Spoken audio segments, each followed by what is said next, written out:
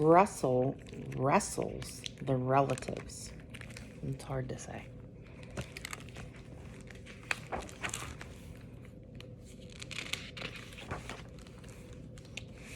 There was only one day left until Russell's family reunion. Everyone was excited. Everyone except Russell. Family reunions meant lots of hugs, handshaking, and hair tousling. And Russell's relatives, well, they were a bit more enthusiastic than most.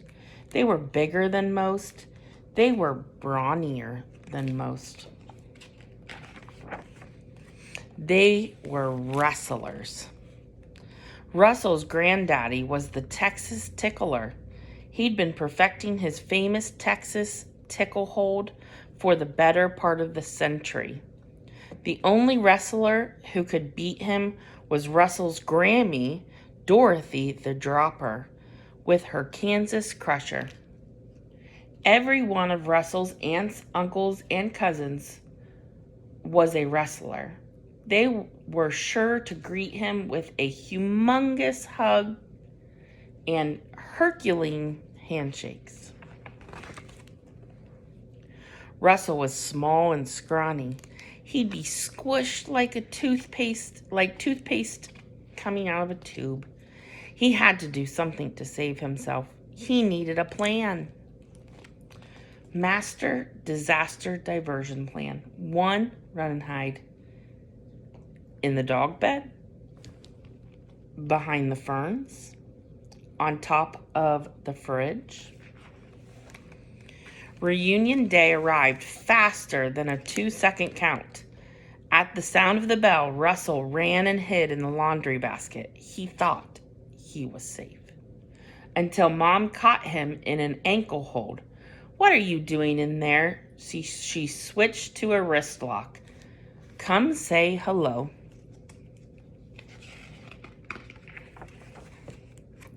"Hey, Russell," his cousins Lori and Tori, the twin tornadoes, tag teamed him with back-to-back backbusters.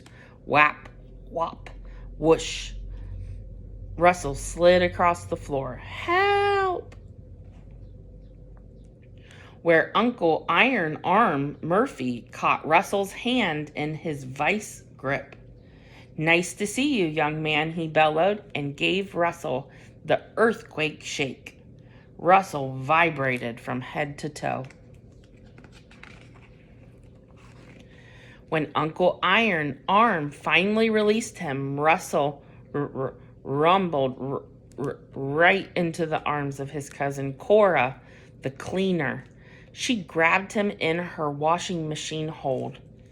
"You're even cuter than in your pictures," Russell squeaked. You too."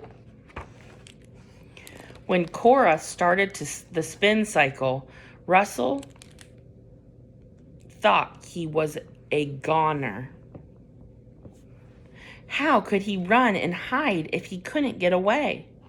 His belly flip-flopped, his head swam, he gasped, and his stomach sucked in as skinny as a snake's.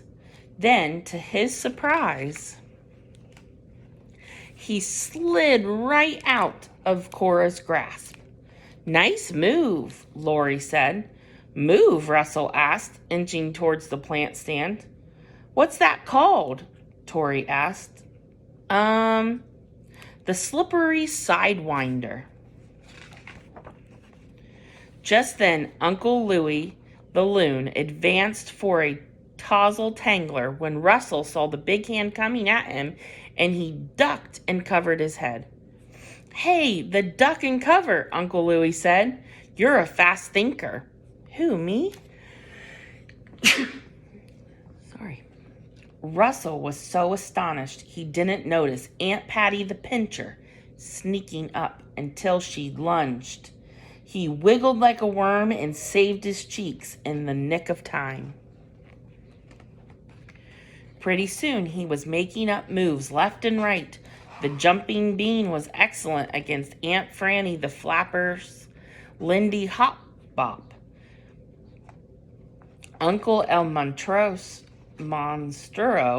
Morty had to use Russell's duck and cover when Russell used the twist and shout. He even kept Granddaddy and his Texas tickle hold at arm's length by moving in with a knuckle knocker. Russell puffed out his chest.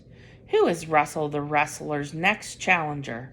he shouted, and backed right into Grammy Dorothy. "My sweet Russell." She grabbed him in a Kansas crusher. Russell tried the slippery sidewinder, but Grammy hung on. He used the wiggle worm. Grammy squeezed tighter. Even the twist and shout was no match for Grammy's grip. Russell was almost ready to throw in the towel. He rested his head on Grammy's shoulder. He was down for the count, or was there one more move he could try? Russell raised his chin, and he puckered his lips and planted a big, wet smacker on Grammy's cheek. A grin spread across Grammy's face. Her knees buckled. She swooned. Super Grammy Smackdown. Russell's face was wider than a championship belt. Until, "Hey, where's mine?" Everybody wanted a Smackdown smooch.